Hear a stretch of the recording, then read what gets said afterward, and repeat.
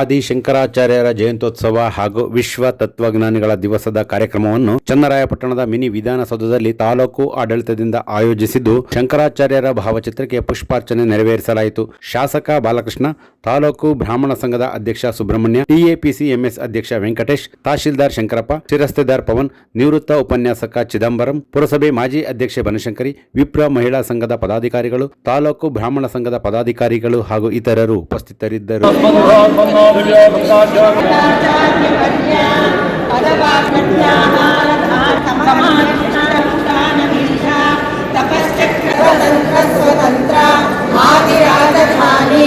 ವಿದ್ಯಾನಗರ ಮಹಾರಾಜಧಾನಿ ಕರ್ನಾಟಕ ಸಿಂಹಾಸನ ಪ್ರತಿಷ್ಠಾಪನಾಚಾರ್ಯ ಶ್ರೀಮನ್ನಾಚಾರ್ಯ ಗುರು ಭೂಮಂಡಲಾಚಾರ್ಯ ಋಷ್ಯಶೃಂಗಪುರಾಧೀಶ್ವರ ತುಂಗಭದ್ರವಾಸಿ ಶ್ರೀಮದ್ ವಿದ್ಯಾಶಂಕರ ಪಾದ ಪದ್ಮಾರಾಧಕ ಶ್ರೀಮದ್ ಜಗದ್ಗುರು ಶ್ರೀಮದ್ ವಿದ್ಯಾತೀರ್ಥ ಮಹಾಸ್ವಾಮಿ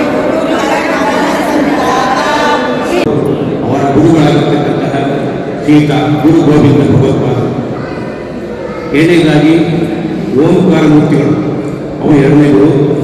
ಅವರು ಓಂ ಬಗ್ಗೆ ಶಂಕರಾಚಾರ್ಯರಿಗೆ ಹೇಗೆ ಈ ಓಂ ಎಂಬತಕ್ಕಂಥ ಅಕ್ಷರ ನಮ್ಮ ಸಂತತಿಗೆ ಮೂಲವಾಗಿದೆ, ಅದನ್ನು ಯಾರು ಪಠನ ಮಾಡ್ತಾರೋ ಅವರಿಗೆ ಅವರ ಪ್ರಭೇದ ಹೇಗೆ ಮುಂದುವರಿದರೆ ಎಂಬುದರ ಬಗ್ಗೆ ಸವಿಸ್ತಾರವಾಗಿರ್ತಕ್ಕಂಥ ಒಂದು ಬೋಧನೆಯನ್ನು ಮಾಡ್ತಕ್ಕಂಥವರು ಈಗ ಶಿವಸ್ವಾಮಿಗಳು.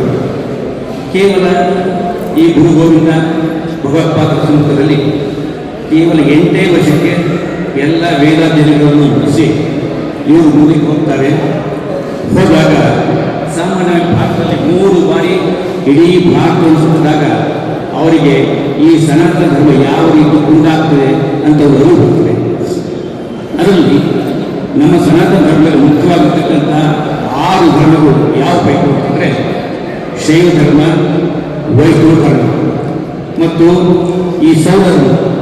ಈ 3 ಧರ್ಮಗಳು ಭಾರತದಲ್ಲಿ ಅವಿರತವಾಗಿ ಹರಡಿದ್ರೂ ಕೂಡ ಅವರವರಲ್ಲಿ ಒಂದು ರೀತಿಯ ಹೋರಾಟ ಇತ್ತು.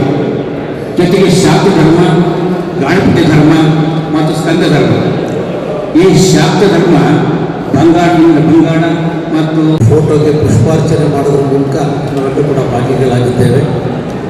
ಶಂಕರಾಚಾರ್ಯರು 8ನೇ ಶತಮಾನದ ವಿಶ್ವ ತತ್ವಜ್ಞಾನಿ.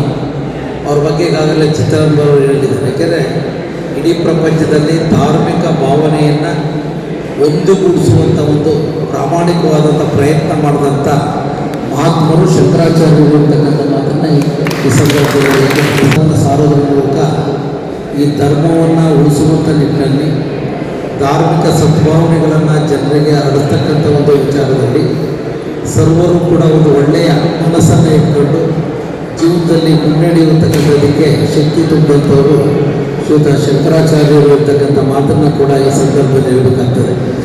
ಏಕೆಂದರೆ ಆತ್ಮದ ಬಗ್ಗೆ, ಭಗವಂತನ ಬಗ್ಗೆ, ಬ್ರಹ್ಮನ ಬಗ್ಗೆ ಪೂರ್ಣ ಪ್ರಮಾಣದ ಮಾಹಿತಿಯನ್ನು ಈ ಪ್ರಪಂಚದಕ್ಕೆ ಸಾರಿದಂಥ ಕೀರ್ತಿ ಶಂಕರಾಚಾರ್ಯರಿಗೆ ಸಲ್ಲಬೇಕು ಅಂತಕ್ಕಂಥ ಮಾತನ್ನು ಕೂಡ ನಾನು ಈ ಸಂದರ್ಭದಲ್ಲಿ ಹೇಳ್ತೇನೆ. ಒಂದು ಉದಾಹರಣೆ ಬಗ್ಗೆ ಒಂದು ಕ್ಲಾಸ್ನಲ್ಲಿ